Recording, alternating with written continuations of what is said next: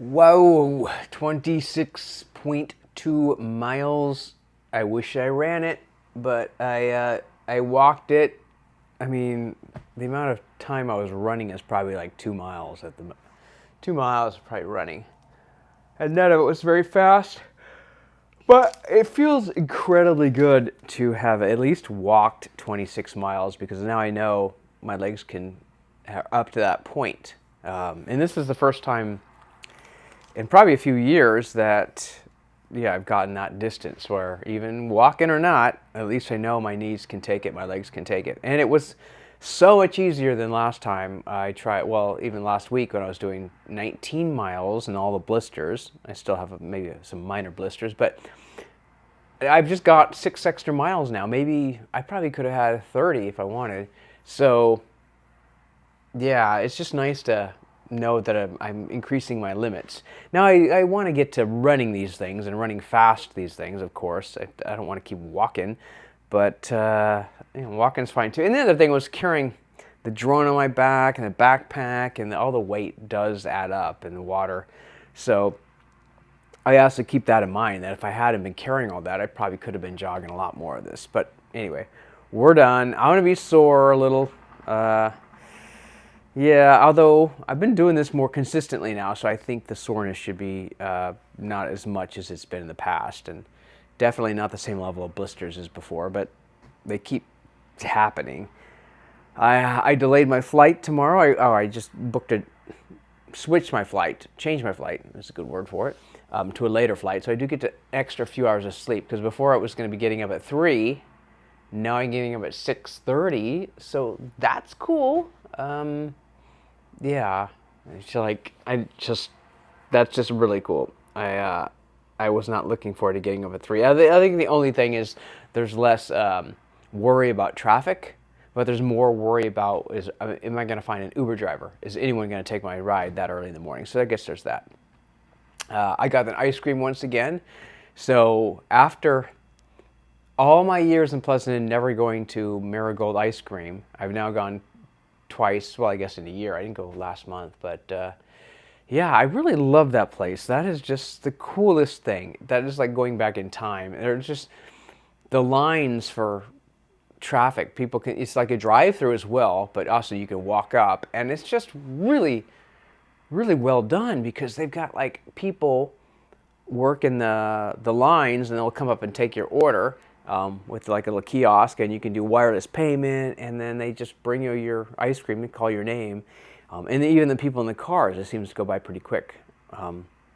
Which I think, there's nothing wrong with the car thing. I think that's not a bad way to do it. It's just sometimes what I like at drive-throughs when I see the line like so long in the cars, I think, why don't you just get out of your car, go inside where there's no line, and get your order like in a fourth of the time, because they can't give someone else an order out of order, if that makes sense, because it's a person that's at the window. So if you're in the lobby, if someone's order is ready ahead of time before somebody else's, they can just give it to you and you can go out of there. Which happened to me at Chick-fil-A, actually. I think someone else had a huge order in front of me.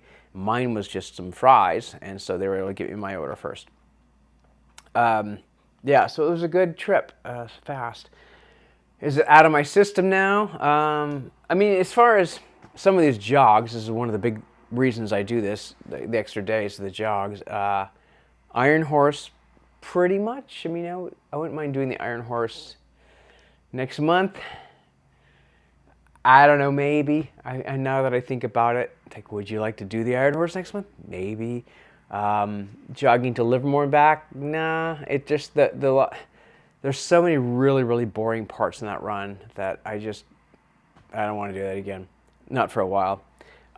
What about today? Pleasanton Ridge? Nah, I don't think I want to do that for a while again. It was fun, but it's also a very boring run. You're in the sun and there's really nothing much to see. It's cool being on the hill and looking down at the valley and seeing the traffic. I mean, you get to see a freeway. Whoa! But nah, I don't know. I mean, it's good to do once a year, maybe. Yeah. So I don't know. I don't know what what I'll do next. Next month I'll be hopefully coming back if the show sells enough tickets, and then I'll stay probably right here, maybe the same room again. I do like this hotel because one of the things is the location. I've got like food and the liquor store, the gas station, liquor store. So there's a lot of things I really like about this thing. And then, yeah, do I want to move back? I don't know. Part of me does, of course, always. But I also think, for what reasons? Just nostalgia, just so I can keep, like, these things I do, are they good on their own? Or just because it reminds me of other things that when I lived here, so it's like, keeps me in touch with that thing? Or is it like, is that fun? And that's why it helps doing it a second time, and just realizing, I mean, the sports park today was kind of cool, but I don't know. I don't know if I want to, because I thought about, what do I do, like 5 laps around it, but I got there, that I don't know if I want to do 5 laps around it. I wanted the newest bagel, but I missed that. They closed at 2 p.m. It's crazy. But yeah, there's a lot of things that are gone. And I go through this every time, but there's a lot of things that are gone. It's like, well, they're not coming back, so you can't move for those reasons. You have to find reasons that you really like. But the two most important, job and living situation. Yeah, I mean, I was jogging down Foothill, and there are probably $10 million homes, just massive, with like vineyards in the front. It was just insane. But I thought, I mean, in the home, that's great, and the property taxes, unless you bought it 50 years ago, yeah. But I also thought, you have the same options and opportunities that everyone else has that they don't pay, like a massive fortune every month for their taxes. But I don't know. Just stuff. If I wanted a home like that, I'd probably have to live in a different country, or definitely a different state, or different part of the state. There are places in California that are not that expensive, but it's away from everything. All right, that's it. Let's get prepared to get some sleep.